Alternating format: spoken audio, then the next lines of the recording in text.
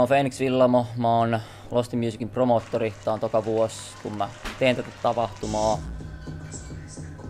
Buukkaaminen ja miettiminen aloitetaan jo tapahtuman jälkeen. Kyllä mä tuossa syksyllä jo laitan jotain artisteja kiinni ja kierrän ohjelmatoimistoja, levyyhtiöitä ja keikkoja ja muutakin chiigailen, että mitä sinne voisi buukata. Että kyllä toi tavallaan ympärivuotinen homma on toki niin kuin mitä lähemmäs tapahtumaa mennään, sitä enemmän siinä on sitä duunia, mutta kyllä kyllä se koko vuoden työllistää. Mulle tärkeää on, että line-up on mahdollisimman monipuolinen. Eli se on yksi kriteeri, että löytyy vähän kaikenlaista genreä. Toki tässä on pitää miettiä myös, että on sellaisia bändejä, jotka kiinnostaa ihmisiä jo valmiiksi, eli saadaan sitä peruskävijää mestoille.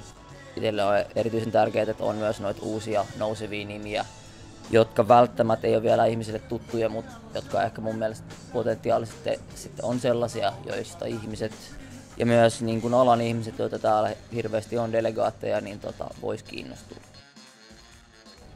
Kyllä nuo uudet nimet, kyllä niistä yleensä on jonkin verran pöhinää jo somessa ja keikoilla ja vähän sellaista viidakkorumpua.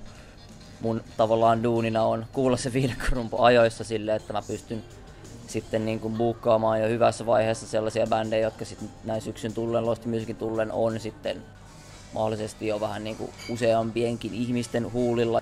Ei ehkä Suomessa ole toista tällaista mahdollisuutta, missä voit saada samanaikaisesti noin monta potentiaalista ihmistä, jotka vois sun uraa edistää, niin saman katon alle.